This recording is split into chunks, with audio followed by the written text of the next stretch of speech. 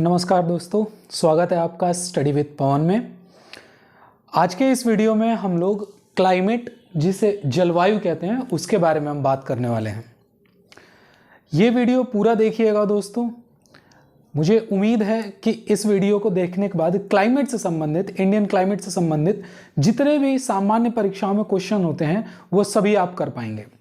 तो video and तक जरूर देखिएगा, बहुत ही इंटरेस्टिंग होने वाला है ये आपके लिए। तो आइए बिना समय बर्बाद किए हम लेक्चर को शुरू करते हैं। ये कुछ चित्रकारी मैंने पहले से कर रखी है समय बचाने के लिए। शुरू करते हैं बच्चे क्लाइमेट से। तो क्लाइमेट आपने एक वर्ड सुना होगा और एक वर्ड आपने वेदर सुना होगा। ऑल्दो इनके बीच का डिफरेंस बहुत इंपॉर्टेंट नहीं है, लेकिन फिर भी हम जानते चलें कि क्लाइमेट क्या होता है और वेदर क्या होता है। तो देखिए, वेदर जो है वो एक शॉर्ट टर्म चेंज है, ठीक है, एटमॉस्फेयर में। जो हमारा एटमॉस्फेयर है, उस एटमॉस्फेयर में जो शॉर्ट टर्म, थोड़े समय के लिए जो बदलाव होते हैं, उसे हम क्या कहते हैं? वेदर कहते हैं।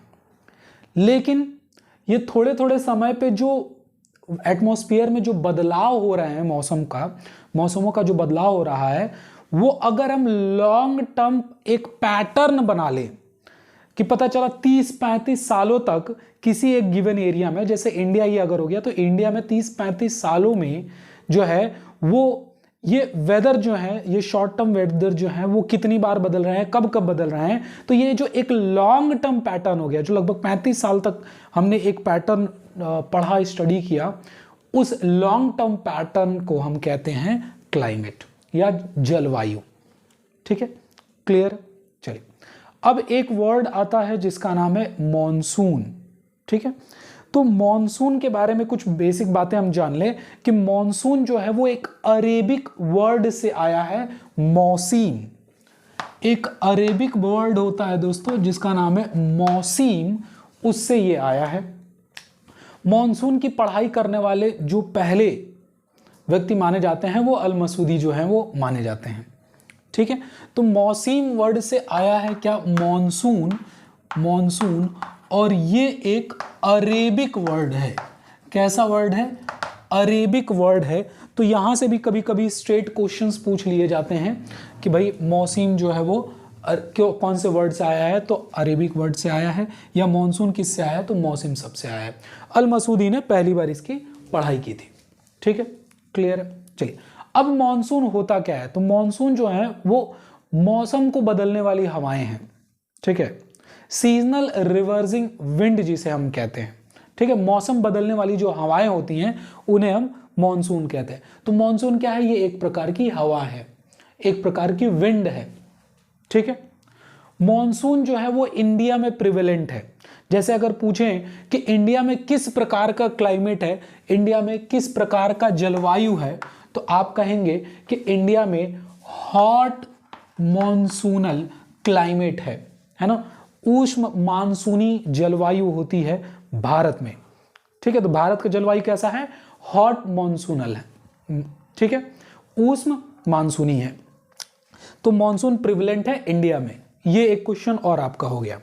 ठीक है, क्लियर हो गया। अब थोड़ा सा हम ग्लोब पे देख लेते हैं। ये ग्लोब देख लेते हैं। आपको पता है कि ये जो हमारी पृथ्वी है, ठीक है, वो रोटेशन और रिवॉल्यूशन दोनों करते रहती है।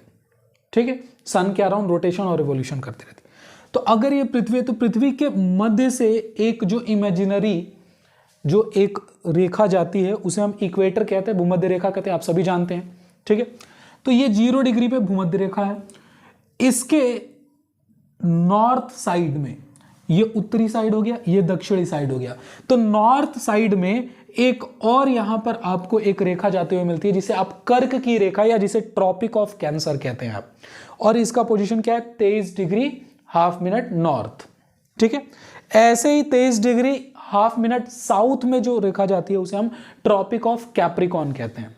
ठीक है, ये सब अलग अलग लैटिट्यूड है जिसे आप अक्षांश कहते हैं, जो कि नॉर्थ और साउथ के बीच का जो डिस्टेंस है, जो दूरी है, उसको मेजर करने में, मापने के लिए इस्तेमाल किया जाता है। एक प्रकार के कोऑर्डिनेट होते हैं, ठीक है, जिनसे हम डिस्टेंस वगैरह मेजर करते हैं उत्तरी और दक्षिणी दिशा के।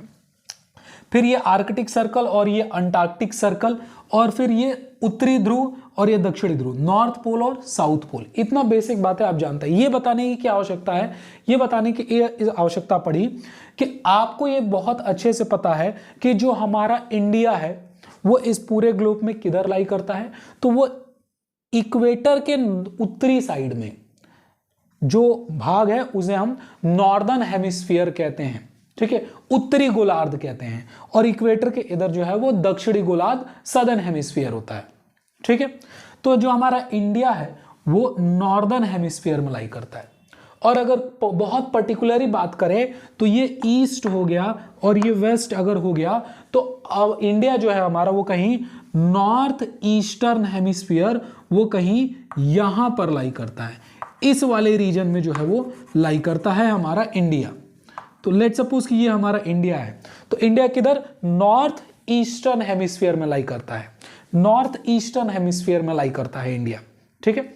अब अगर आपको ये इमेज दिख रही है तो आपको लग रहा होगा कि ये जो ट्रॉपिक ऑफ कैंसर है वो इंडिया के बीचों बीच से पास कर रही है। जी बिल्कुल, ये भी आपको पता है कि कर्क की रेखा भारत के ऑलमोस्ट मिडिल से, मध्य से गुजरती है, ठीक है। चलिए, तो अगर कर्क की रेखा जो एकदम बीच से गुजर रही है तो ये इंडिया को दो भागों में बांट देती है, ठीक है। एक ये नॉर्दर्न प्लेन वाला रीजन, ठीक है, ऐसे कुछ ये कर्क की रेखा पास करती है, कर्क की रेखा कुछ ऐसे पास करती है, ठीक है, जिसके कारण ये नॉर्दर्न प्लेन वाला एक रीजन बन जाता है, और एक ये पेनिनसुलर इंडिया वाला रीजन, प्रायद्वीपीय जो भारत वाला रीजन है, कॉन्टिनेंट वाला रीजन है, वो बन जाता है, ठीक है। क्लियर हो गया। चलिए, अब इस कारण से अब थोड़ा देखेंगे, अब थोड़ा सा और देखेंगे आप। तो अगर इक्वेटर से इधर ट्रॉपिक और इक्वेटर से इधर ट्रॉपिक, तो ये जो रीजन है इसे हम ट्रॉपिकल रीजन कहते हैं, ये आप सभी को पता है, ठीक है। इस वाले रीजन को हम सब ट्रॉपिकल रीजन कहते हैं, और ये वाला जो रीजन है वो पोलर रीजन कहलाता है, ठीक है। ये वाला जो रीजन है वो पोलर रीजन कहलाता है आपका, ठीक है। ये ट्रॉपिकल रीजन हो गया, ये सब ट्रॉपिकल रीजन हो गया, और ये पोलर रीजन हो गया। सिमिलरली ये ट्रॉपिकल रीजन, ये सब ट्रॉपिकल रीजन, और ये पोलर रीजन हो गए, ठीक है। तो अगर आप देखिए तो इंडिया जो है वो ट्रॉपिकल रीजन में भी आ रहा है, और इंडिया जो है वो सब ट्रॉपिकल रीजन में भी आ रहा है। तो वेरी वेरी इंपॉर्टेंट एक क्वेश्चन हो जाता है कि India experiences both tropical climate as well as sub tropical climate, ठीक है। तो भारत दोनों प्रकार के जलवायु का अनुभव करता है। वो ट्रॉपिकल अनुभव जो है उसका वो क्लाइमेट भी अनुभव करता है, और सब ट्रॉपिकल वाला क्लाइमेट का भी अनुभव करता है। तो India experiences both tropical as well as sub tropical climate, ठीक है। ये क्लियर हो गया। तो ये एक तीसरा क्वेश्चन और वेरी इंपॉर्टेंट जो पूछा जाता है, ठीक है। सिर्फ ट्रॉपिकल नहीं है, सब ट्रॉपिकल क्लाइमेट भी इंडिया एक्सपीरियंस करता है। चलिए, ये इतना बेसिक बातें हो गई, ठीक है। तो अब हम इसको यहां से हटा देते हैं।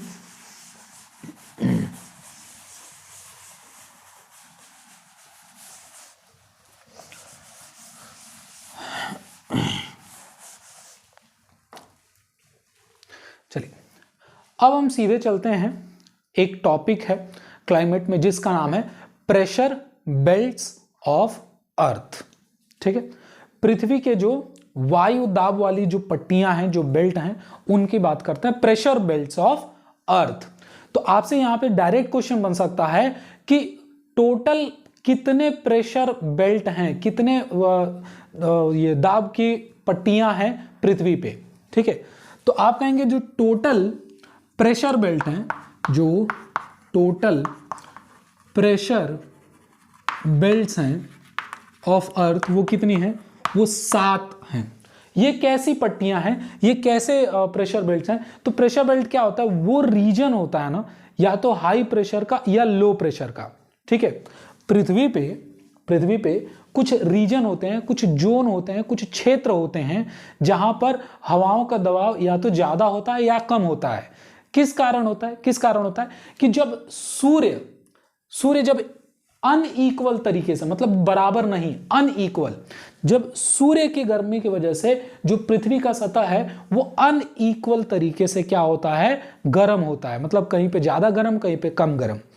इसके कारण वो अलग अलग क्षेत्रों पे कहीं पर ज्यादा दबाव हाई प्रेशर वाला रीजन बन जाता है, कहीं पर लो प्रेशर वाला रीजन बन जाता है, ठीक है।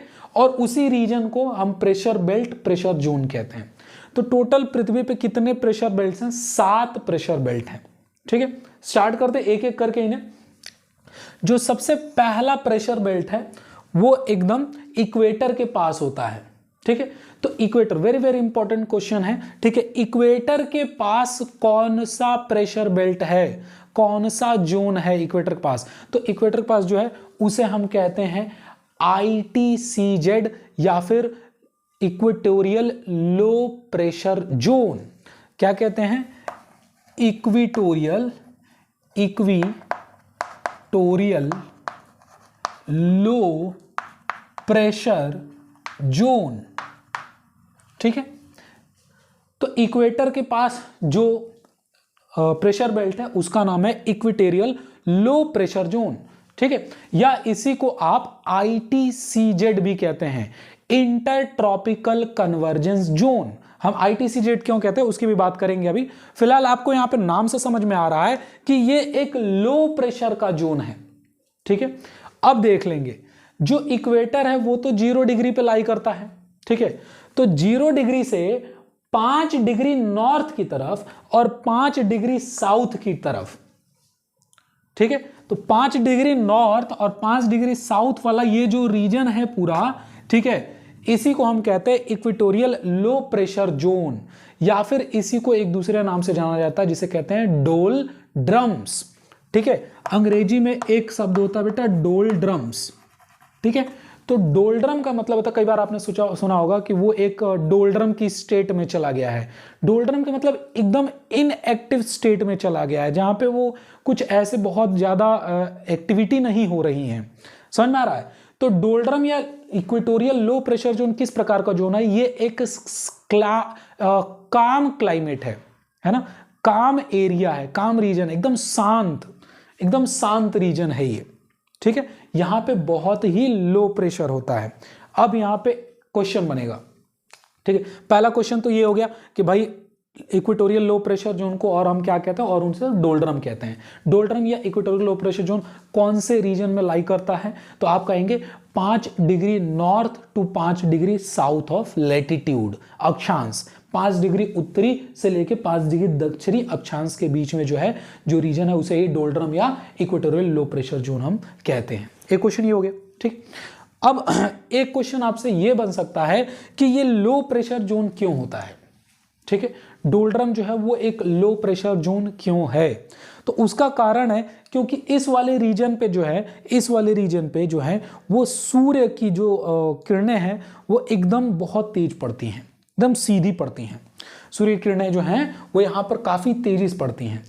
अब इस सूर्य की गर्मी के कारण, है ना, सूर्य की गर्मी के कारण क्या होता है कि इस रीजन की जो हवाएं हैं वो भी गर्म हो जाती हैं, ठीक है। और जब हवाएं गर्म होती हैं तो ये बेसिक से साइंस है, आप जानते हैं कि जब हवाएं गर्म होती हैं तो वो हल्की हो जाती हैं, और जब वो हल्की होती हैं तो वो ऊपर उठ जाती हैं। तो जो हवाएं इस रीजन में थी वो गर्म होके, सूर्य की गर्मी की वजह से गर्म होके ऊपर उठ गई, तो यहां पर एयर का प्रेशर कम हो जाता है, ठीक है। ये क्लियर हो गया, एयर का प्रेशर यहां पे कम हो जाता है, ठीक है। चलिए, तो ये हो गया। तो पहला प्रेशर बेल्ट हो गया ये, ठीक है। दूसरा जो प्रेशर बेल्ट होता है वो होता है यहां पर, है ना। एक होता है ये सब ट्रॉपिकल हाई प्रेशर जोन, ठीक है। कौन सा? सब ट्रॉपिकल हाई प्रेशर जोन, जो एक जोन ये नॉर्थ की तरफ, और सिमिलरली एक सब ट्रॉपिकल हाई प्रेशर का जोन होता है साउथ की तरफ, ठीक है। Sub tropical high pressure zone south and sub tropical high pressure zone north. तो 1, 2 और 3 प्रेशर बेल्ट हो गए। यहां पे एक क्वेश्चन और नोट कर लीजिएगा बेटा कि जो सब tropical high pressure zone north या साउथ है इसी को हॉर्स लैटिट्यूड भी कहते हैं, ठीक है। हॉर्स लैटिट्यूड जोन भी इसी को कहते हैं। क्लियर?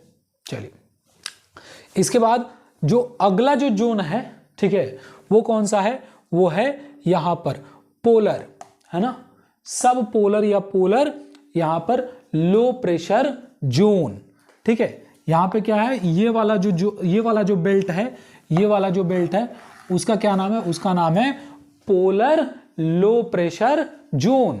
तो अब ये पोलर लो प्रेशर जोन है नॉर्थ का, और ये पोलर लो प्रेशर जोन है साउथ का, ठीक है। अच्छा, हमें ये तो पता चल गया था कि इनका लो प्रेशर होने का कारण क्या है, सब ट्रॉपिकल के हाई प्रेशर होने का कारण क्या है। तो बात समझिएगा, जब यहां से हवाएं उठी ऊपर, तो ऊपर जब वो एक काफी एल्टीट्यूड तक पहुंचते हैं, तो वो ऊपर पहुंचने के बाद वो ठंडी हो जाती हैं, ठीक है। तो जब हवाएं ठंडी होती हैं ऊपर जाने के बाद, तो फिर वो ठंडी जब हो जाएंगी तो फिर उनकी डेंसिटी बढ़ जाती है, तो वो वापस नीचे बैठती हैं। तो अब ऐसा नहीं है कि वो यहीं से ऊपर उठी थी और ये वहीं इक्वेटर पे ही बैठेंगी, ऐसा नहीं होता है। कारण क्या है, क्योंकि उतने देर में अर्थ जो है वो कुछ रोटेट और रिवॉल्व कर चुका होता है, जिसके कारण जो हवाएं उतर रही हैं वो अब किधर उतरेंगी, वो थोड़ा सा नॉर्थ और थोड़ा सा साउथ की तरफ उतरेंगी, ठीक है। लगभग वो 30 डिग्री नॉर्थ और 30 डिग्री साउथ की तरफ उतरती हैं। जो ये 5 डिग्री नॉर्थ और साउथ वाली जो हवाएं ऊपर उठी थी, वो जब नीचे बैठती हैं तब तक अर्थ के रोटेशन रिवोल्यूशन के कारण वो कुछ 30 डिग्री नॉर्थ और 30 डिग्री साउथ उतरती हैं, ठीक है। अब यहां पर पहले से भी कुछ हवाएं होंगी, इस रीजन में पहले से भी कुछ हवाएं होंगी, और ये जो उतर के आई हवाएं ठंडी होकर वो प्लस वो हो गई, ठीक है। तो इस वजह से यहां पे हाई प्रेशर का जोन बन जाता है, रीजन बन जाता है, क्षेत्र बन जाता है, ठीक है, क्लियर है। अब जो ये 3 हो गए थे, चौथा और पांचवा कौन सा हुआ, तो polar low pressure zone north, polar low pressure zone south, ठीक है। तो 3 और 2 5 हो गए, ठीक है। और उसके बाद से एक पोलर नॉर्थ जोन ये हो गया हाई प्रेशर का, और ये पोलर हाई प्रेशर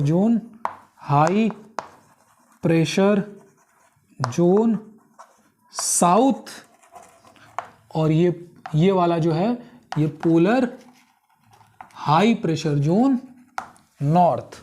और ये क्या है, ये सब पोलर लो प्रेशर, ये क्या है, सब polar low pressure zone north. और ये क्या हो गया, ये वाला हो गया सब polar low pressure zone south. आपको ये टोटल बस यही समझना है कि कौन से बेल्ट में हाई प्रेशर है, कौन से बेल्ट में लो प्रेशर है, ठीक है। क्यों, क्योंकि इनके वजह से आगे एक कॉन्सेप्ट आएगा विंड के डायरेक्शन, वो समझने में बहुत आसानी होगी, ठीक है। तो ये बस आप इतना समझिए कि कहां पर लो प्रेशर है। देखिए, आप अगर ऐसे याद कर लें, बीच में अगर आप याद कर लें कि लो प्रेशर जोन है, तो बस एक बार लो प्रेशर, एक बार हाई प्रेशर, एक बार लो प्रेशर, फिर एक बार हाई प्रेशर। तो ये लो प्रेशर और हाई प्रेशर का जो बेल्ट है वो अल्टरनेट तरीके से होता है, नॉर्थ में भी साउथ में भी, ठीक है, क्लियर है। चलिए अब बात करते हैं यहां पर सब पोलर लो प्रेशर, यहां पे लो प्रेशर होने का क्या कारण है, ठीक है। तो देखिए, एक बेसिक का कंसेप्ट होता है कि हवाएं हाई प्रेशर से लो प्रेशर की तरफ बहती हैं। अगर दो एरिया में एयर प्रेशर का डिफरेंस बन जाए, क्रिएट हो जाए, ठीक है, दबाव में अंतर बन जाए, तो हवाएं हमेशा अपने हाई प्रेशर से अपने लो प्रेशर की तरफ ट्रैवल करती हैं, ठीक है। तो अगर आप देखिए कि सब ट्रॉपिकल में हाई प्रेशर है कि नहीं है, ऐसे ही सब ट्रॉपिकल में हाई प्रेशर है कि नहीं, अभी हमने बात किया, क्यों, क्योंकि ये वाली जो हवाएं उतरी तो यहां पे हाई प्रेशर क्रिएट कर दी, ठीक है। ऐसे ही ये जो पोलर हाई प्रेशर जोन है साउथ का, और ये जो पोलर हाई प्रेशर है जोन है नॉर्थ का, यहां पर हाई प्रेशर होने का कारण क्या है, यहां पे हाई प्रेशर होने का, एकदम जो उत्तरी और दक्षिणी ध्रुव है यहां पर एयर प्रेशर बहुत हाई होते हैं। कारण क्या है, मिनिमम टेम्परेचर, इन रीजन में ये ध्रुवों पर बहुत ही कम तापमान होता है, बहुत कम तापमान की वजह से हवाएं ठंडी रहती है, नीचे ही बैठी रहती हैं, इसलिए हाई प्रेशर है। तो आप देखिए यहां हाई प्रेशर है, यहां हाई प्रेशर है, ठीक है। तो हाई प्रेशर से कुछ हवाएं इधर को आ रही होती हैं और इधर से हवाएं इधर को आती हैं। जब दोनों तरफ से, मतलब कि जब सब ट्रॉपिकल रीजन से और जब पोलर रीजन से, जब ट्रॉपिकल रीजन से जब पोलर रीजन से हवाएं आती हैं तो वो आपस में टकराकर ऊपर उड़ जाती हैं। ठीक है, सब ट्रॉपिकल रीजन से और पोलर रीजन से जब हवाएं आती हैं तो यहां पर सब पोलर रीजन में वो टकराकर ऊपर उड़ जाती हैं और नीचे लो प्रेशर का जोन क्रिएट हो जाता है। लो प्रेशर का जोन जो है वो क्रिएट हो जाता है। क्लियर है, समझ में आया? ठीक है, चलिए, ये समझना आपके लिए काफी इंपॉर्टेंट था। अब हम एक टॉपिक पे चलते हैं जिसका नाम है टाइप्स ऑफ विंड्स, है ना। पवन के प्रकार, कितने प्रकार के पवनें जो हैं वो बहती हैं, कितने प्रकार के विंड्स जो हैं वो बहते हैं। तो विंड्स क्या है? विंड्स जो है वो एयर मूवमेंट ही है ना, जिसके पास डायरेक्शन भी है, स्पीड भी है, और कुछ नहीं। विंड का क्या डेफिनेशन है? Wind is the air movement which have both direction and movement, जिसके पास दिशा भी है एंड गति भी है, जिसके पास दिशा भी है, गति भी है। ठीक है, उसी को हम क्या कहते हैं? विंड कहते हैं। अब विंड को कई तरीके से हम क्या कर सकते हैं? क्लासिफाई कर सकते हैं। ठीक है, जैसे हम सबसे पहला पढ़ेंगे, आगे उसके बारे में और डिटेल बात करेंगे। विंड जो एक होता है परमानेंट विंड। ठीक है, परमानेंट विंड की हम पहले बात कर लेते हैं, आगे फिर इसको क्लासिफाई कर लेंगे।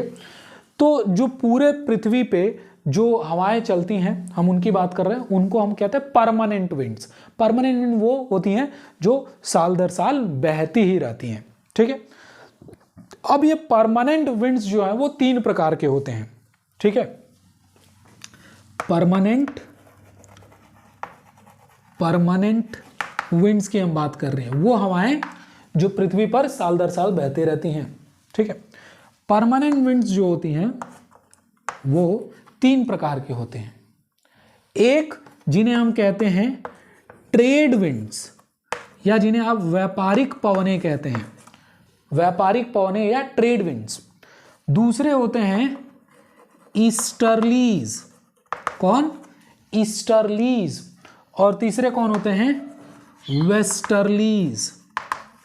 पूर्वा और पछुआ जिसे आप नॉर्मली कहते हो। ठीक है, ईस्टर्लीज और वेस्टर्लीज, और यह है ट्रेड विंड्स।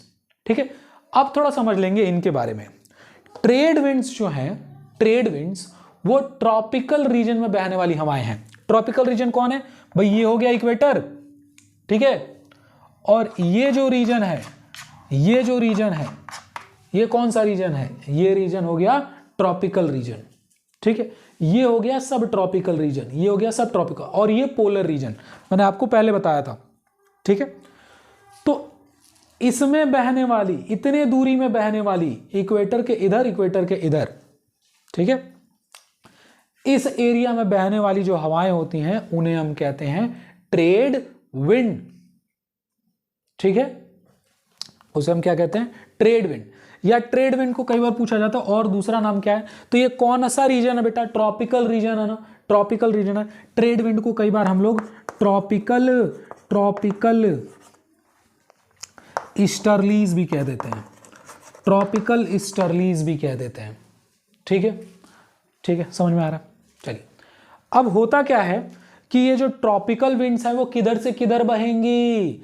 अरे वो अपने हाई प्रेशर से लो प्रेशर ही तो बहेंगी।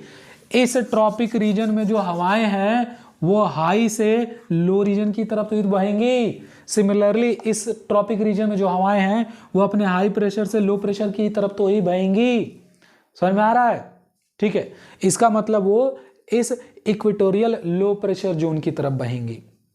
ठीक है, अब देखो होता क्या है कि जो इस रीजन से जो ट्रेड विंड्स आ रही हैं और जो इस रीजन से ट्रेड विंड आ रही हैं वो दोनों कहीं इस रीजन में 5 डिग्री नॉर्थ 5 डिग्री साउथ वाला जो रीजन है इक्वेटर के पास, है ना, उस रीजन में आके कन्वर्ज हो जाती हैं। ठीक है, इधर से जो ट्रेड विंड आती है, इधर से जो ट्रॉपिकल विंड्स आती हैं, इधर से जो ट्रॉपिकल विंड्स आती हैं, वो इस वाले रीजन में आके क्या होती हैं? कन्वर्ज हो जाती हैं। इसलिए इस जोन को हम इंटर ट्रॉपिकल कन्वर्जेंस जोन भी कहते हैं, ITCZ भी कहते हैं। ठीक है, ITCZ जो है वो सूर्य के पोजीशन बदलने के साथ साथ अपना भी पोजीशन बदलता है। इसका क्या मतलब है? इसका क्या मतलब, लेट्स सपोज कि अभी सन जो है, सूर्य जो है, वो एकदम स्ट्रेट इक्वेटर पे पड़ रहा है, ठीक है। तो यहां पर जो लो प्रेशर है, मतलब हवाएं जो है वो इधर से इधर लो प्रेशर क्रिएट होगा, तो हाई से लो हवाएं इधर आएंगी, ठीक है। और ये दोनों हवाएं आके इस वाले रीजन पे क्या होंगी, कन्वर्ज होंगी। तो जो कन्वर्जेंस जोन है वो कहीं यहां बनेगा, ठीक है। मान लेते हैं कि जैसे गर्मी के दिनों में, समर के टाइम पे जो सन होता है वो नॉर्दर्न रीजन की तरफ शिफ्ट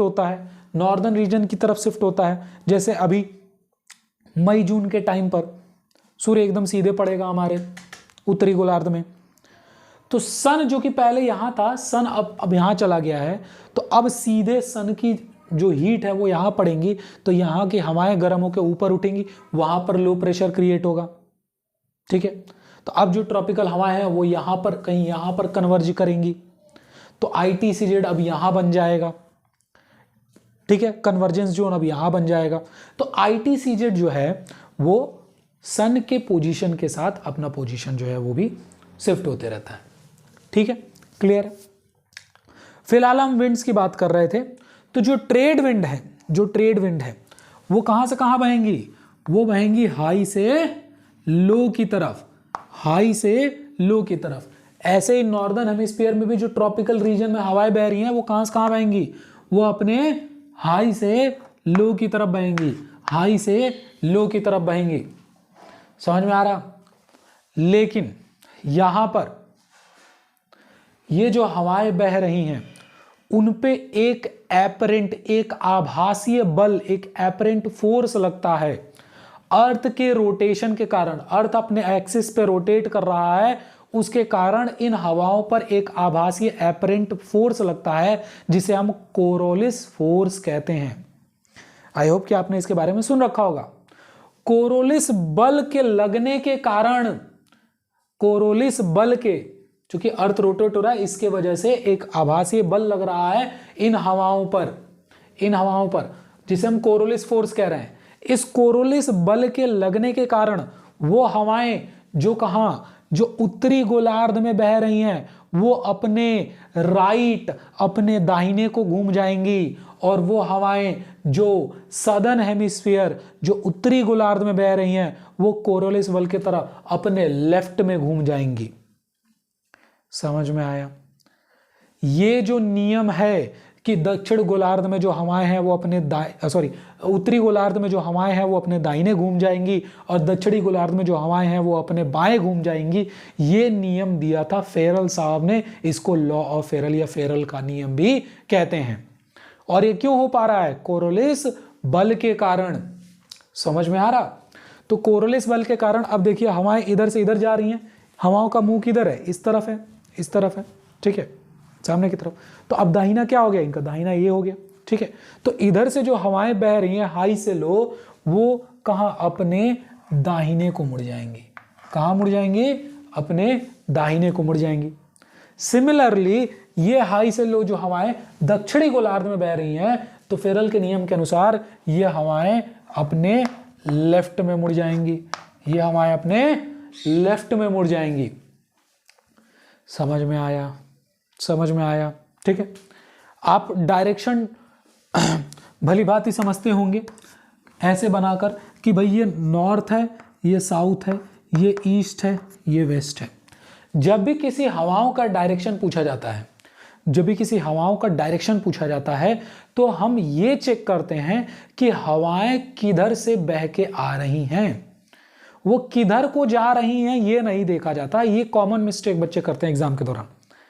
हवाएं कहाँ जा रही है उसे नहीं मतलब, वो कहाँ से आ रही हैं। जैसे फॉर एग्जाम्पल, जैसे मान लीजिए कि अगर मेरा भाग्य अच्छा हुआ और मेरे पास कुछ पैसे आ गए और मैं मान लीजिए कि लंदन घूमने जाता हूं, ठीक है।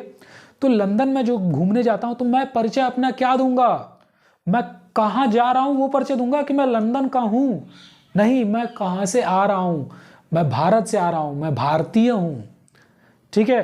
तो आप जहां से जा रहे हैं, ठीक है, वो बताया जाता है।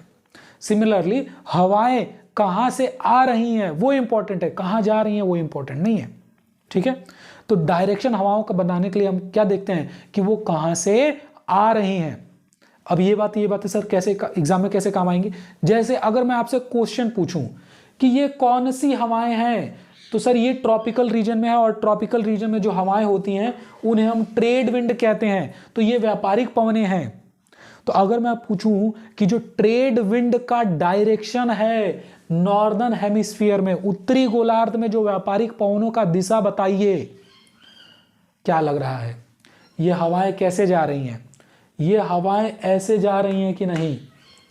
ये हवाएं ऐसे ही तो जा रही हैं, ऐसे ही तो जा रही हैं। अब मैं आपसे पूछ रहा हूं कि उत्तरी गोलार्ध में व्यापारिक पवनों ट्रेड विंड्स का डायरेक्शन बताइए, परीक्षा में सीधे पूछा जाता है। तो हवाएं कहां जा रही हैं? साउथ वेस्ट में। कहां जा रही है वो देखना है क्या? नहीं, कहां से आ रही है? कहां से रही है? नॉर्थ ईस्ट डायरेक्शन में। वेरी वेरी इंपॉर्टेंट क्वेश्चन है, कई बार पूछा गया, अलग अलग परीक्षाओं में पूछा गया है कि नॉर्दर्न हेमिस्फीयर में ट्रेड विंड का डायरेक्शन बताइए। ट्रेड विंड का डायरेक्शन क्या है? ट्रेड विंड का डायरेक्शन क्या है नॉर्दर्न हेमिस्फीयर में? नॉर्थ ईस्ट है। क्या है? North east. सिमिलरली सवाल मैं बदल दूं और पूछ लूं कि व्यापारिक पवनों की दिशा बताइए सदर्न हेमिस्फीयर में, दक्षिणी गोलार्ध में, तो ये हवाएं ऐसे ही तो जा रही हैं, ये हवाएं ऐसे ही तो जा रही हैं। कहां जा रही हैं? नहीं, कहां से आ रही हैं? South east. तो व्यापारिक पवनों की दिशा दक्षिणी गोलार्ध में क्या होती है? साउथ ईस्ट होती है, दक्षिण पूर्व होती है। क्लियर है? ये एक क्वेश्चन बना, आप बस गिनते जाइए कितने क्वेश्चन आप इस वीडियो में सॉल्व कर ले जा रहे हैं। फिर वापस से क्लाइमेट के क्वेश्चन लगाइए, किसी भी प्रैक्टिस सेट, किसी भी प्रैक्टिस बुक, किसी भी एग्जाम के, देखिए कितने क्वेश्चंस यहां से आपके बन जा रहे हैं। ठीक है? क्लियर है? समझ में आया? अब बात करते हैं वेस्टर्लीज की। तो वेस्टर्लीज कौन सी हवाएं हैं? वेस्टर्लीज जो है वो सब ट्रॉपिकल रीजन में बहने वाली हवाएं हैं। ठीक है? जो लगभग ये 40 से 50 डिग्री अक्षांश के बीच में, 40 से 50 डिग्री, ये वेरी करता है, थोड़ा ज्यादा कम हो सकता है। उस वाले रीजन में, जो सब ट्रॉपिकल रीजन वाले में जो हवाएं बहती हैं उन्हें हम कहते हैं वेस्टर्लीज, या पछुआ जिसे कहते हैं आप, वेस्टर्लीज। अब ये हवाएं कैसे बहती हैं देख लीजिए। देखिए ये हाई प्रेशर का जोन है, ठीक है, वो इधर बहा था, तो ये तो ट्रॉपिकल वाला रीजन था। अब हम बात कर रहे हैं सब ट्रॉपिकल वाला रीजन। तो अब ये अपने हाई प्रेशर से हवाएं लो प्रेशर को जाएंगी ना, ये सब पोलर रीजन में। तो हवाएं हाई प्रेशर से कहां जाएंगी? लो प्रेशर में। हाई प्रेशर से कहां जाएंगी? लो प्रेशर में। सिमिलरली सदर्न हेमिस्फीयर में, दक्षिणी गोलार्ध में देखिए, अपने हाई प्रेशर से कहां जाएंगी? लो प्रेशर में। हाई प्रेशर से कहां जाएंगी? लो प्रेशर की तरफ जाएंगी। लेकिन कोरोलिस बल लगेगा, फिर से लगेगा। ठीक है, देखते हैं। कोरोलिस बल के कारण नॉर्दर्न हेमिस्फीयर, दक्षिणी गोलार्ध में, फेरल ने क्या कहा था? किधर हवाएं घूम जाएंगी? दक्षिणी गोलार्ध में राइट को घूम जाएंगी। तो ये दक्षिणी गोलार्धी तो है, ये दक्षिणी गोलार्धी तो है, और उसमें जो हवाएं हैं वो कहां घूम जाएंगी? अपने राइट में। कहां घूम जाएंगी? अपने राइट में घूम जाएंगी। सिमिलरली दक्षिण में किधर घूम जाती हैं? साउथ में, वो अपने लेफ्ट को घूम जाती हैं। तो ये हवाएं ऐसे जा रही हैं, लेफ्ट में घूम जाएंगी, ये अपने लेफ्ट में घूम जाएंगी। तो ऐसा नहीं लग रहा है ये हवाएं जो हैं वो पश्चिम से पूरब की तरफ जा रही हैं? तो वेस्टर्लीज जो है वो पश्चिम से पूरब की तरफ बहती हैं, पश्चिम से पूरब की तरफ बहती हैं। अब यहां पे आपसे सवाल पूछ लिया जाए, नॉर्दर्न हेमिस्फीयर, क्यों बार बार नॉर्दर्न हेमिस्फीयर पूछें? क्योंकि हमारा जो इंडिया, ज्यादातर सवाल इंडिया से रिलेटेड होते हैं, और जो इंडिया हमारा वो कहीं ना कहीं नॉर्दर्न हेमिस्फीयर में लाई करता है, इसलिए ज्यादातर क्वेश्चन होते हैं। लेकिन ये हमेशा ऐसा होगा ये जरूरी नहीं है। ठीक, चलिए बात करते हैं। अगर सवाल मैं पूछ लूं, ये कौन सी हवाएं हैं बेटा? वेस्टर्लीज हैं। ये कौन सी हवाएं हैं? वेस्टर्लीज हैं। समझ में आ रहा? अच्छा, यहाँ पे एक बात देखिएगा, यहाँ पे एक बात देखिए, ये ट्रेड विंड है, ट्रेड विंड का डायरेक्शन ये है, जबकि वेस्टर्लीज का डायरेक्शन ये है। एकदम उल्टा है कि नहीं है? ये देखो, ट्रेड विंड का डायरेक्शन ये है, जबकि वेस्टर्लीज का डायरेक्शन ये है। ठीक है, आपको ऐसा नहीं लग रहा? ट्रेड विंड के जस्ट उल्टा है वेस्टर्लीज, इसलिए वेस्टर्लीज को एंटी ट्रेड विंड्स भी कहते हैं। वेस्टर्लीज को और क्या कहते हैं? एंटी ट्रेड विंड्स भी कहते हैं। ठीक है, समझ में आ रहा? ठीक, अब मैं आपसे एक सवाल पूछ लूं कि नॉर्दर्न हेमिस्फीयर में वेस्टर्लीज का डायरेक्शन बताइए। सिंपल है क्वेश्चन, भाई ये रहा नॉर्दर्न हेमिस्फीयर, ये है वेस्टर्लीज, वेस्टर्लीज पछुआ हवाएं ऐसे बह रही हैं, ऐसे बह रही हैं। चलिए बनाते हैं इस पे बनाइए, ये नॉर्थ ईस्ट साउथ वेस्ट ये सब बनाइए। चलिए ये नॉर्थ, ये साउथ, ये ईस्ट और ये वेस्ट। चलिए भाई ये ऐसे डायरेक्शन है, ऐसे डायरेक्शन है। कहाँ को ना, कहाँ को नहीं, किधर से किधर से किधर से किधर से, साउथ वेस्ट, साउथ वेस्ट। बहुत बढ़िया सवाल बना लिया आपने, बहुत बढ़िया। नॉर्दर्न हेमिस्फीयर में वेस्टर्लीज का डायरेक्शन क्या है, या एंटी ट्रेड विंड्स का डायरेक्शन क्या होता है, साउथ वेस्ट होता है। सिमिलरली क्वेश्चन उल्टा करके आप इसको सॉल्व करने की कोशिश करिए। चलिए क्वेश्चन दे देता हूं मैं आपको कि बताइए आप सदर्न हेमिस्फीयर में, कमेंट सेक्शन में बताइए कि सदर्न हेमिस्फीयर में वेस्टर्लीज का डायरेक्शन क्या होगा। ठीक है, कमेंट सेक्शन में आप इसका आंसर डाल दीजिएगा, मैं चेक कर लूंगा। चलो ठीक है, समझ में आया। अब वापस से चलते हैं, एक और रीजन अभी है, ये पोलर रीजन है ना, पोलर रीजन, ये हाई प्रेशर का रीजन है, ये हाई प्रेशर का रीजन है। ठीक है, और ये सब पोलर लो प्रेशर का रीजन है, लो प्रेशर का रीजन है। तो फिर से यहां पर जो उत्तरी ध्रुव और जो दक्षिणी ध्रुव में जो हवाएं हैं, ठीक है, उनका प्रेशर हाई है। क्यों? क्योंकि टेम्परेचर पहले बताया मैंने बहुत मिनिमम होता है, मिनिमम के कारण हाई प्रेशर। तो अब ये हवाएं भी अपने हाई से लो की तरफ आएंगी, ये भी अपने हाई से लो की तरफ आएंगी। तो हाई से जब लो की तरफ वो चलेंगी, हाई से वो लो की तरफ जो चलेंगी, तो फिर से कोरोलिस बल लगेगा और जो नॉर्दर्न हेमिस्फीयर है उसमें बहने वाली हवाएं किधर घूम जाएंगी, राइट में घूम जाएंगी, और जो साउथ में है वो हवाएं किधर घूम जाएंगी, लेफ्ट में घूम जाएंगी। ठीक है, समझ में आया। अब ये जो हवाएं थी उन्हें हमने ट्रेड विंड कहा था, ये जो हवाएं थी उन्हें हमने वेस्टर्लीज कहा था, और ये जो हवाएं हैं उन्हें हम क्या कहते हैं, ईस्टर्लीज कहते हैं, ईस्टर्लीज। तो ईस्टर्लीज हवाएं, सीधे क्वेश्चन बनता है, ईस्टर्लीज हवाएं कहां पर व्यापक होती हैं, कहां पे प्रिवलेंट होती हैं? तो easterlies are prevalent in polar region, ध्रुवीय क्षेत्रों में ईस्टर्लीज जो है वो क्या होती है, व्यापक होती हैं। समझ में आ रहा है, क्लियर है। बाकी ये ट्रॉपिकल ईस्टर्लीज अलग चीज है ना, ट्रॉपिकल ईस्टर्लीज वो ट्रेड विंड है। ठीक है, तो आपको ने परमानेंट विंड्स के टाइप पढ़े, 3 प्रकार के होते हैं, ट्रेड विंड, ईस्टर्लीज और वेस्टर्लीज। ट्रेड विंड कहाँ, ट्रॉपिकल रीजन में फ्लो करते हैं, है ना, ये 5 डिग्री से लेकर 30 डिग्री के बीच तक। वेस्टर्लीज जो है वो 40-50 वाले 60 वाले रीजन में फ्लो करते हैं।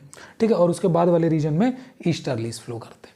ठीक है, सबका डायरेक्शन अगर पूछा जाए तो आप, आई होप कि आप वो बता ले जाएंगे, समझा ले जाएंगे। ठीक है, क्लियर है। अब जब हमने प्रेशर बेल्ट्स पढ़ लिए और परमानेंट विंड्स के बारे में समझ लिया, तो अब हम सीधे चलते हैं किसके बारे में, कि इंडियन क्लाइमेट पर, है ना, कि भारतीय जलवायु कैसा होता है। ठीक है, देखिए जलवायु, जो भारतीय जलवायु है या कहीं का भी जो जलवायु होता है, वो कई सारे फैक्टर पे, कई सारी चीज़ों पे डिपेंड करता है। ठीक है, जैसे कि वो कितना लैंड एरिया है, कितने वाटर बॉडीज़ हैं अगल बगल, ठीक है, या फिर वेजिटेशन कैसा है। माउंटेन रेंज बहुत बड़ा योगदान जो है वो निभाते हैं क्लाइमेट में। तो इंडियन मॉनसून को पढ़ने से पहले हम छोटी मोटी बातें जान लेते हैं। ठीक है,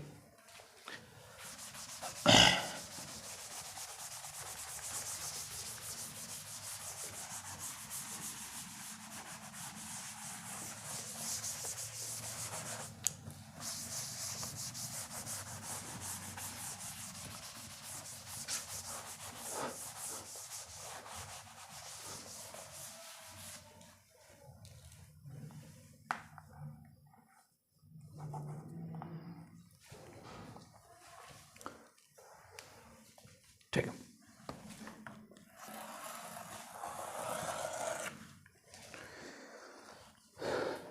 चलिए तो देखिए बेटा, एक बार वापस देख लीजिएगा, ये ग्लोब है, ये आपका ITCZ है, इंटर ट्रॉपिकल कन्वर्जेंस जोन है।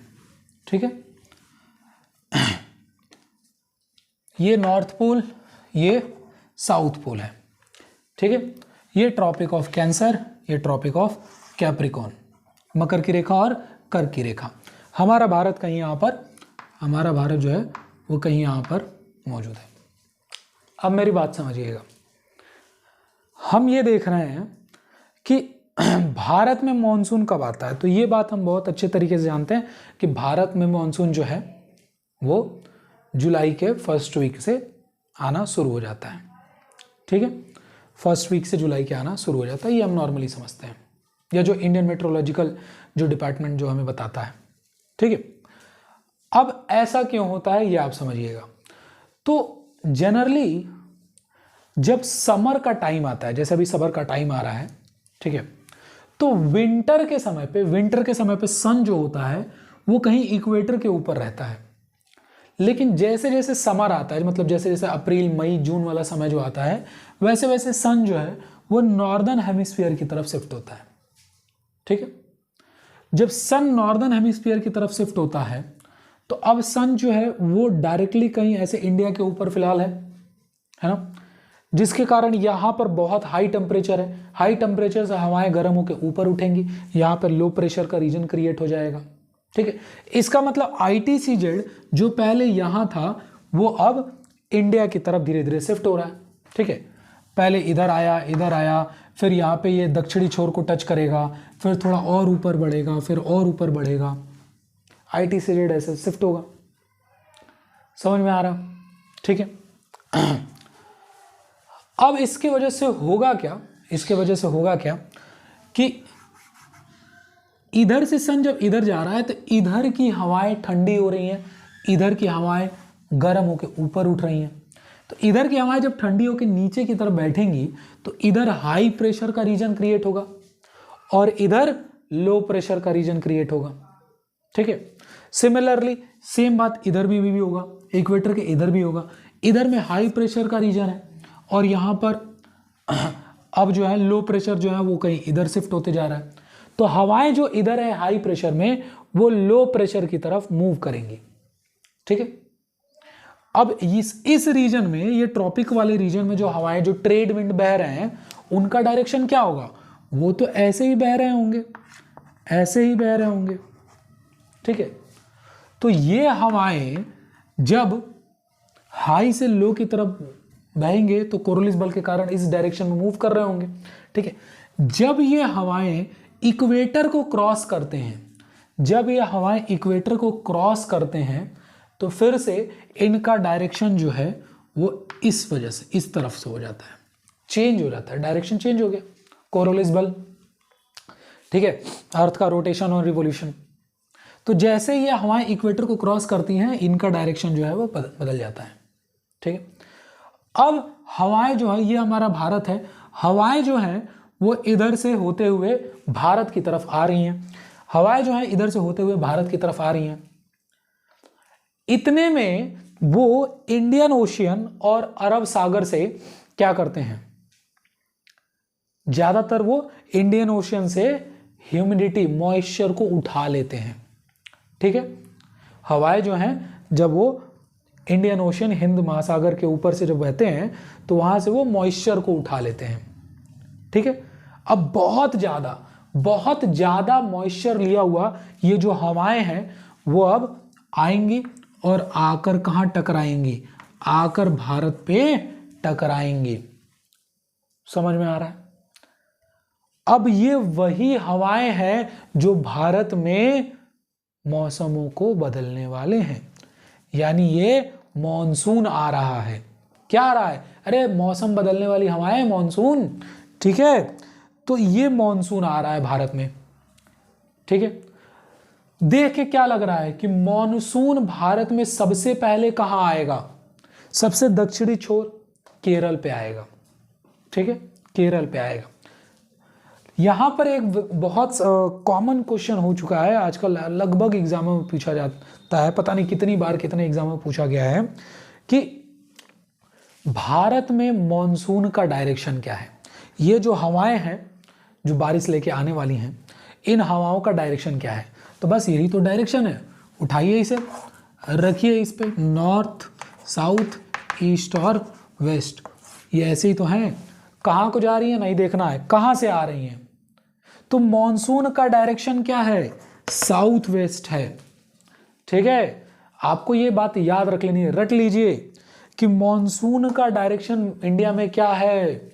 अगर सिर्फ मॉनसून का डायरेक्शन पूछे तो आप लिखेंगे south west, south west direction है। ठीक है, साउथ वेस्ट मॉनसून कहते हैं इसे। क्लियर है? अब थोड़ा एक बात समझेंगे।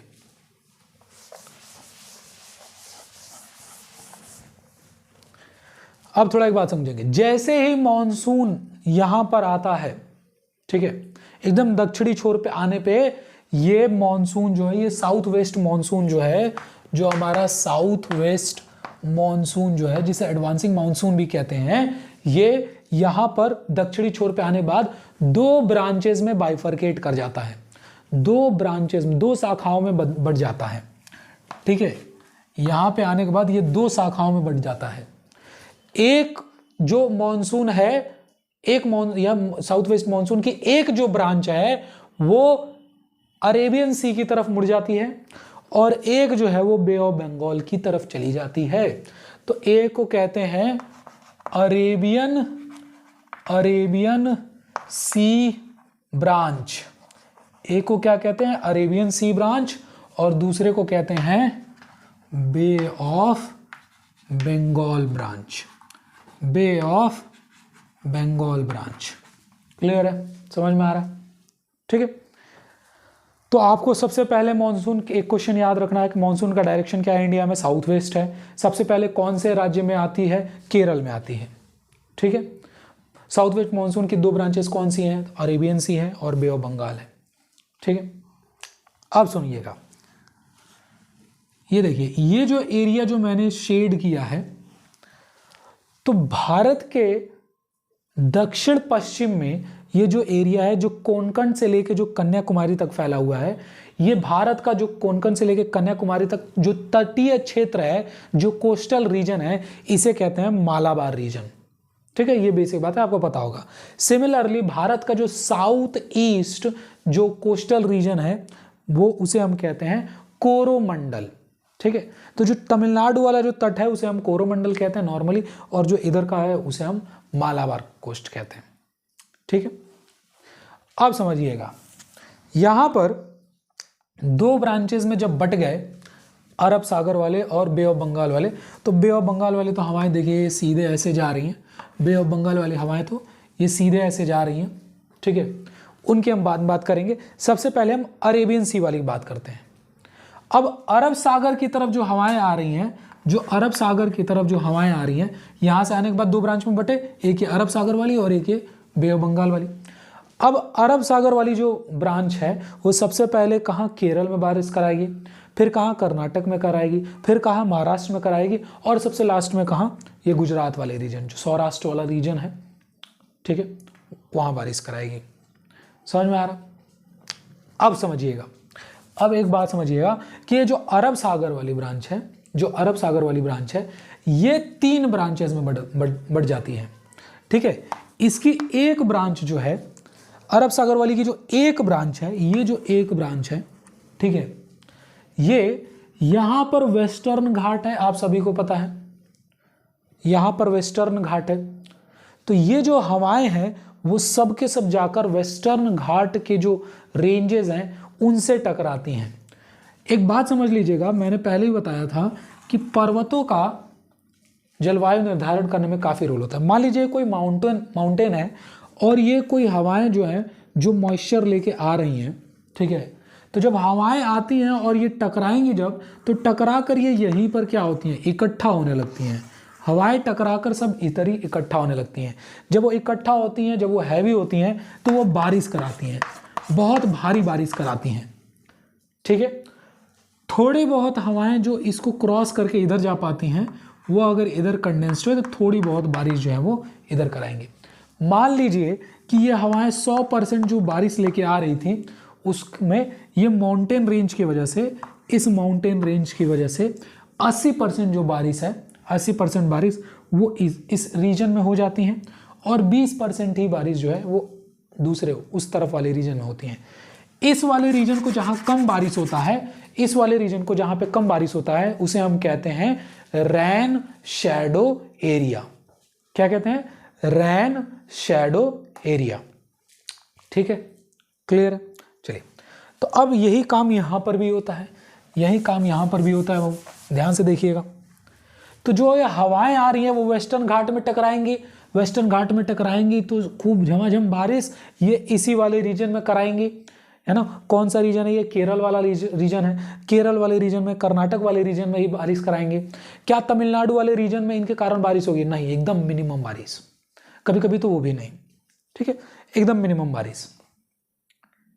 समझ में आ रहा है? तो गर्मी के समय में हमको दिख रहा है कि केरल कर्नाटक वाले रीजन में बहुत ज़्यादा बारिश हो रही है और गर्मी वाले रीजन में एकदम नाम मात्र की बारिश हो रही है। कहाँ? तमिलनाडु वाले रीजन में। अब तमिलनाडु वाले फिर कैसे खेती वेती करेंगे भाई? तो उसका भी नेचर ने प्रबंध कर रखा है। नेचर किसी में पक्षपात नहीं करता, देखते रहो अभी। ठीक है, आगे समझ में आएगा। तो एक ब्रांच जो है वो भाई आपके यहाँ पे केरल वाले तट पे, कर्नाटक वाले तट पे आके बारिश करा रही है। ठीक है, समझ में आ रहा? दूसरा वाला जो ब्रांच है, ये जो दूसरा वाला ब्रांच है अरेबियन सागर का, ठीक है, वो कहाँ? वो इस सेंट्रल इंडिया वाले रीजन की तरफ जाता है। ठीक है, सेंट्रल इंडिया वाले रीजन की तरफ जाता है। अब आपको पता है कि यहाँ पर है विंध्यन पर्वत रेंज, विंध्यन रेंज। यहाँ पे कौन है? सतपुरा रेंज। यहाँ पर कौन है? महादेव और मैकाल पर्वत हैं। ठीक है, तो ये जो अरब सागर की ये वाली जो ब्रांच जो ये सेंट्रल इंडिया की तरफ गई, वो क्या होती है? इन माउंटेन रेंज के बीच में फंस जाती है और फंस के फिर से वही टकराकर इधर ही टकराकर इधर ही सब कंडेंस्ड होंगी और फिर खूब ज़्यादा बारिश कराती हैं इस सेंट्रल वाले रीजन में। इसी वजह से कई बार यहाँ पर जो हवाएं नर्मदा और तापी नदी बह रही हैं, उनमें नर्मदा में कई बार हमको बाढ़ वाली स्थिति भी देखने को मिलती है, इतनी ज़्यादा बारिश हो जाती है।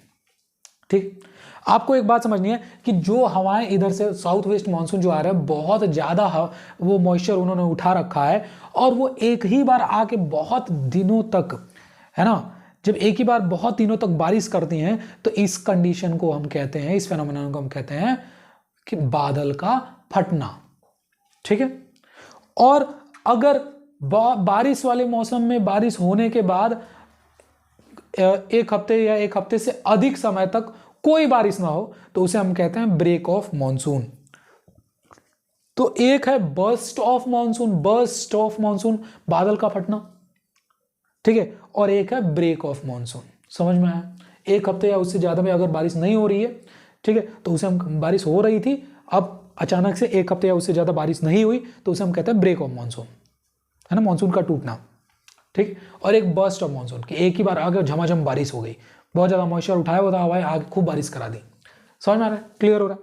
चलिए, और जो तीसरा जो रीजन है वो कहाँ? इस सौराष्ट्र गुजरात वाले रीजन से होते हुए आगे की तरफ पास करेगा। अब इनको रोकने वाली यहाँ पर कोई पर्वत श्रृंखला तो है नहीं उतनी बड़ी बड़ी जो इन हवाओं को रोक सके।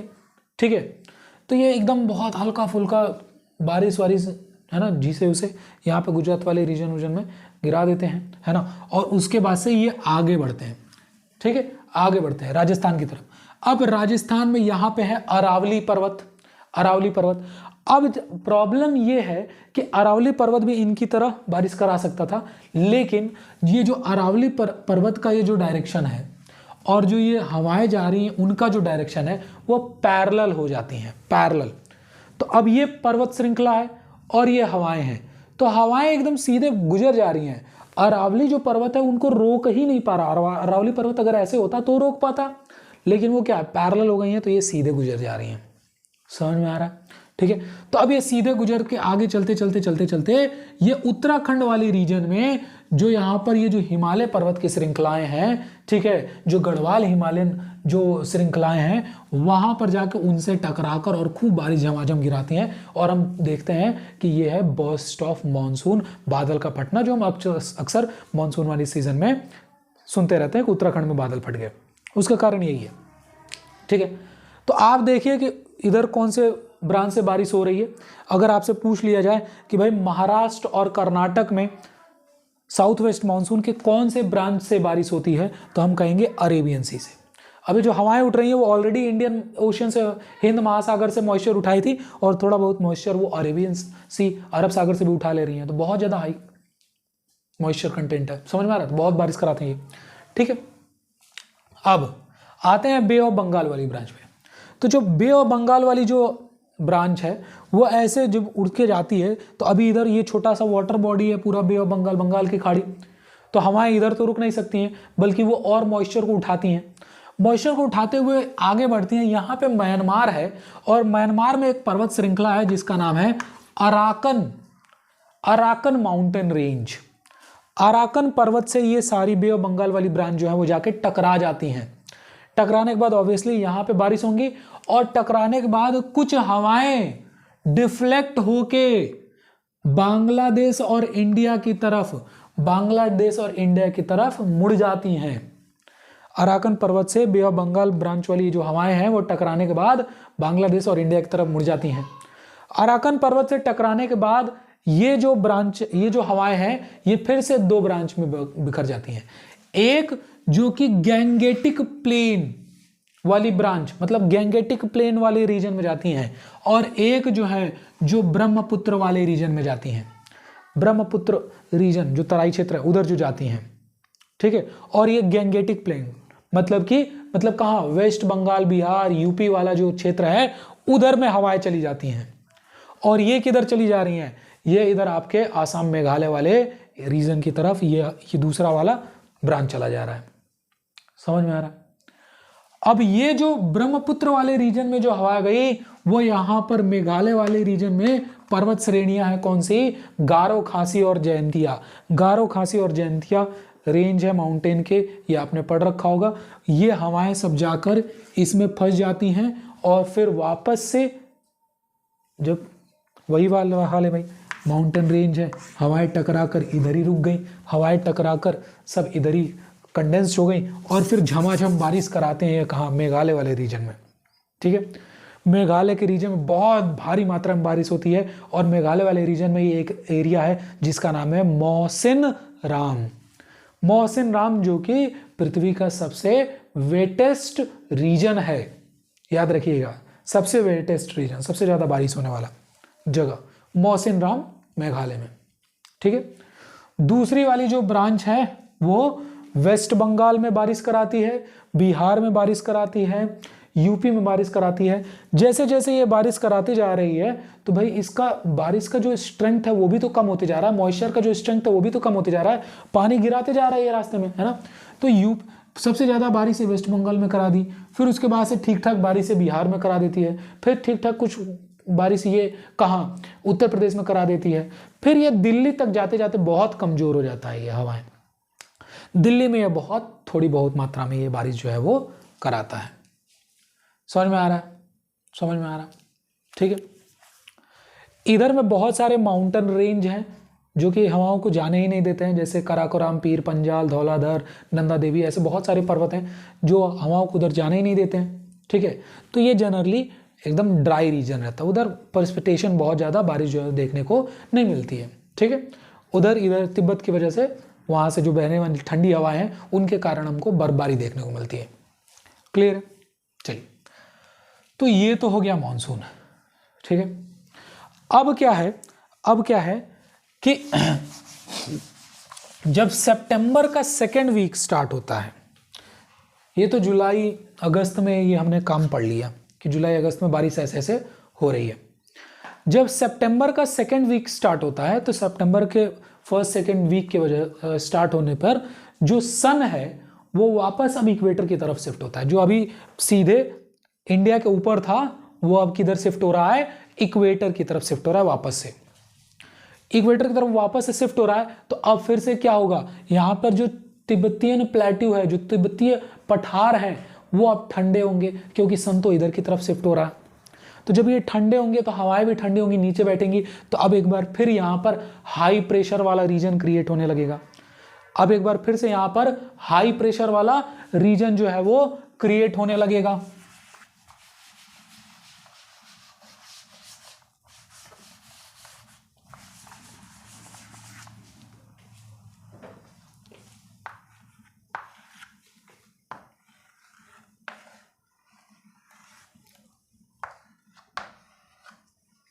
ठीक है।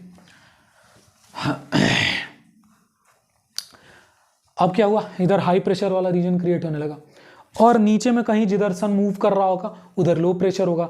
तो अब ये जो हवाएं जो पहले इस डायरेक्शन में बह रही थी, ठीक है, हाई से लो की तरफ, अब वो फिर से हाई से लो की तरफ बहेंगी, अब उल्टी दिशा में, ठीक है। तो यही तो मौसम बदलने वाली हवाएं हैं, सीजनल रिवर्सिबल विंड, ठीक है। तो अब हवाएं जो हैं वो अब हाई से लो की तरफ उतरेंगी। अब चूंकि ये नॉर्दर्न हेमिस्फीयर में, और नॉर्दर्न हेमिस्फीयर में ये हाई से लो की तरफ जो हवाएं जाती हैं वो अपने लेफ्ट में मूव करने लगती हैं। तो हवाओं का डायरेक्शन कुछ ऐसा होगा। अब ये लौटता हुआ मानसून है, अब ये क्या है, अब ये लौटता हुआ मानसून है, अब ये क्या है, ये लौटता हुआ मानसून है, जिसे हम क्या कहते हैं, रिट्रीटिंग मानसून कहते हैं, ठीक है, रिट्रीटिंग मानसून कहते हैं। रिट्रीटिंग मानसून, सीधे सीधे क्वेश्चन याद करिए, लौटता हुआ मानसून। रिट्रीटिंग मानसून के कारण बारिश कहाँ होती है, तमिलनाडु में होती है। याद है तमिलनाडु में पहले बारिश नहीं हुई थी, केरला वाले खुश थे कि भाई हमको तो खूब बारिश हुई, तुमको बारिश नहीं हुई। तमिलनाडु वाले बोले कि रुके रहो, ठंडी का इंतजार करो, हमारे तरफ बारिश होगी, विंटर वाला सीजन जब आएगा तो हमारी तरफ बारिश होगी। और अब बारिश कहाँ नहीं होगी, इस वाले रीजन पे नहीं होगी, ठीक है। तो आपको याद रखना, लौटते हुए मानसून के कारण बारिश कहाँ होती है, तमिलनाडु में। आंध्र प्रदेश का जो कोस्टल रीजन है उसमें थोड़ी बहुत बारिश ही होती है, ठीक है। अब समझिएगा, ये जो कौन सा है, ये रिट्रीटिंग मानसून है। अगर मैं पूछूं रिट्रीटिंग मानसून का डायरेक्शन, तो डायरेक्शन फिर से चेक कर लो बेटा, नॉर्थ, साउथ, ईस्ट और वेस्ट। क्या डायरेक्शन है, डायरेक्शन यही तो है। कहां से आ रहा है, नॉर्थ ईस्ट से। तो रिट्रीटिंग मानसून का डायरेक्शन क्या होता है, नॉर्थ ईस्ट। जो मानसून पहले गर्मी वाले में बारिश लेके आया था, गर्मी के टाइम पे जो बारिश लेके आया था उसका डायरेक्शन क्या था, साउथ वेस्ट, साउथ वेस्ट। और रिट्रीटिंग का नॉर्थ ईस्ट, रिट्रीटिंग का नॉर्थ ईस्ट होता है। समझ में आ रहा, समझ में आ रहा, ठीक है। रिट्रीटिंग मानसून के कारण अब क्या हो रहा है बाबू, एक बात समझिए। पहले मान लो ITCZ कुछ यहाँ पर था, ITCZ जो है तो वो यहाँ पर था, ठीक है। जैसे जैसे सन मूव कर रहा है, मान लो कि ITCZ अब यहाँ पर है। ITCZ यहाँ पे होने का मतलब क्या है कि सन अभी सीधे यहाँ पर है। सन जब यहाँ पे है तो यहाँ पर लो प्रेशर होगा कि नहीं होगा, यहाँ पर हाई प्रेशर होगा कि नहीं होगा, क्योंकि ये ठंडा हो चुका है रीजन। समझ में आ रहा, ठंडा हो चुका है रीजन। तो अब इधर हाई प्रेशर है, इधर लो प्रेशर है। यहां लो प्रेशर के कारण ये कौन सा वाटर बॉडी है बेटा, Bay of Bengal. Bay of Bengal में क्या है कि लो प्रेशर के कारण साइक्लोन डेवलप करने लगते हैं ITCZ वाले रीजन में। ये ITCZ फिलहाल यहाँ पे है, जैसे जैसे सन नीचे की तरफ इक्वेटर की तरफ जाएगा ये ITCZ भी शिफ्ट होते चला जाएगा, ठीक है। तो अभी यहाँ पर साइक्लोन जो है वो ओरिजिनेट होते हैं, ठीक है। और ये साइक्लोन ओरिजिनेट होते होते ये क्या, ये जो साउथ ईस्ट कोस्टल इंडिया है, साउथ ईस्ट कोस्टल इंडिया है, उसको हिट करते हैं, ठीक है। तो हमको ठंड के समय पे बहुत सारे ऐसे केसेस सुनने को मिलते हैं, अक्टूबर के आसपास, नवंबर के आसपास हमको सुनने मिलते हैं कि चक्रवात आ गया है ना, साइक्लोन आ गया। साइक्लोन सबसे भारी तबाही कहाँ मचाता है, ओडिशा वाले रीजन में। ओडिशा वाले रीजन में सबसे ज्यादा भारी तबाही मचाता है, ठीक है। थोड़ा बहुत चक्रवात जो है वो आंध्र प्रदेश और तमिलनाडु वाले रीजन में भी देखने को मिलता है। रिट्रीटिंग मानसून के कारण ओडिशा में बारिश नहीं देखने को मिलती है, आंध्र प्रदेश के तटीय क्षेत्रों में थोड़ी बहुत देखने को मिलती है। और सबसे ज्यादा बारिश कहाँ देखने को मिलती है, तमिलनाडु वाले रीजन में। यहाँ रहा ईस्टर्न घाट, और ये रिट्रीटिंग मानसून है। जो ये एक्चुअली होता क्या है कि ये जो हवाएं यहाँ से आ रही हैं, ठीक है, ये बहुत ज्यादा मॉइस्चर कहाँ से उठा पाएंगी, मॉइस्चर उठा ही नहीं पाएंगी, ठीक है। इनके पास बहुत मॉइस्चर है नहीं कि ये बारिश करा पाए, ठीक है। लेकिन ये जो हवाएं जो बे ऑफ बंगाल से होते हुए तमिलनाडु की तरफ आ रही हैं, बे ऑफ बंगाल से होते हुए जो तमिलनाडु की तरफ आ रही हैं, ये वहां से मॉइस्चर उठा लेते हैं और फिर ये बारिश खूब करा देते हैं यहाँ पे तमिलनाडु वाले रीजन में। समझ में आ रहा है, क्लियर हो रहा है। तो रिट्रीटिंग मानसून का डायरेक्शन क्या है, नॉर्थ ईस्ट है। इसके कारण बारिश कहाँ देखने को मिलता है, तमिलनाडु में देखने को मिलता है। यही क्वेश्चन बदल जाए कि विंटर के सीजन में रिट्रीटिंग मानसून के कारण बारिश कहाँ देखने को मिलती है, तमिलनाडु में, जिसका डायरेक्शन क्या है, नॉर्थ ईस्ट है। ठीक है, क्लियर है, समझ में आया। यहां पर एक छोटी मोटी बात यह है, अगर तुम ध्यान दो ये पंजाब वाला रीजन, अगर तुम ध्यान दो ये जो पंजाब वाला हमारा रीजन है, पंजाब वाला जो रीजन है, ठीक है, इसको तो अभी तक कहीं से भी बारिश नहीं मिली है। ठीक है, तो आप अक्सर सुनते भी रहते हो कि पंजाब के किसान हैं भाई बहुत ज़्यादा समस्या में हैं, बहुत ज़्यादा परेशान है कि बारिश नहीं हो रही, बारिश नहीं हो रही है।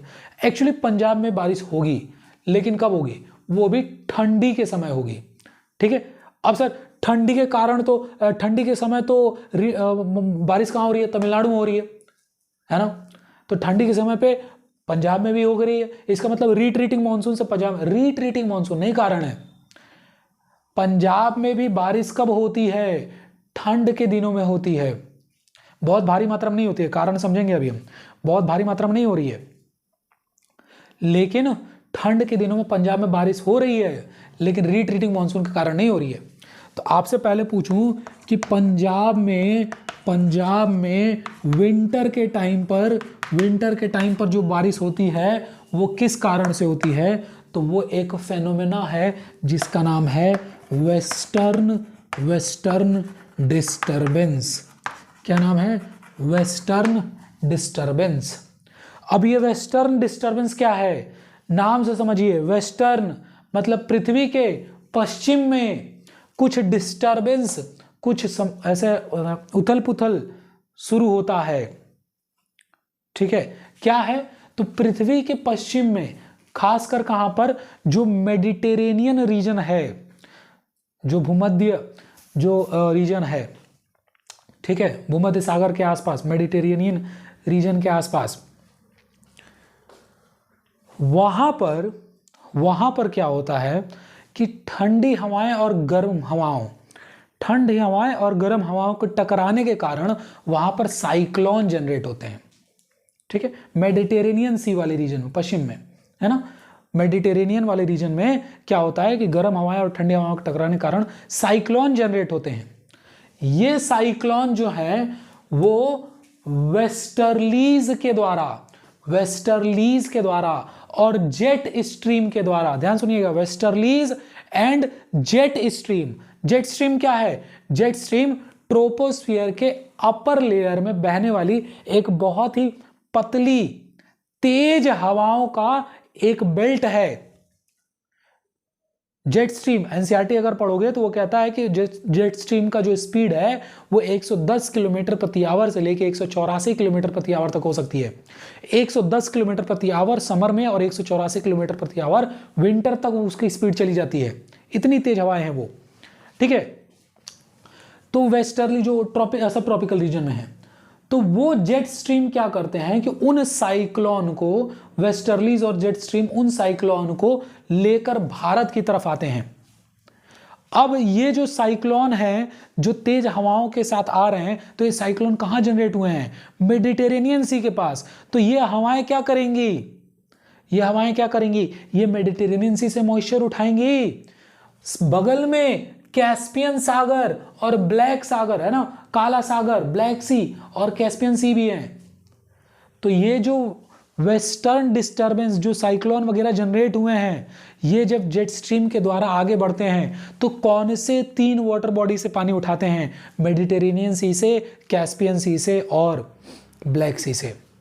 ये पानी उठा लिया, ठीक है, और ये पानी को उठाकर आगे बढ़ते हैं, ये सीरिया, ईरान, अफगानिस्तान, पाकिस्तान होते हुए ये इंडिया और नेपाल तक ये हवाएं पहुंचती हैं। अब ये हवाएं जो वेस्टर्न डिस्टर्बेंस जिन्हें हम कह रहे हैं, वो जब इंडिया की तरफ आती हैं तो पाकिस्तान में यहां पर एक माउंटेन रेंज है बेटा, जिसका नाम है सुलेमान माउंटेन रेंज। तो जब ये मॉइस्चर लिए हुए हवाएं यहां पर आएंगी तो ये सुलेमान माउंटेन रेंज पे टकराएंगी और टकराकर कंडेंस्ड होंगी कि नहीं होंगी।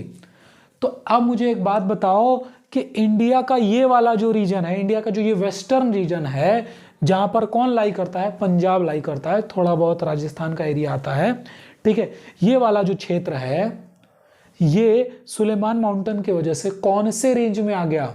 रैन शैडो एरिया में आ गया। आ गया कि नहीं आ गया?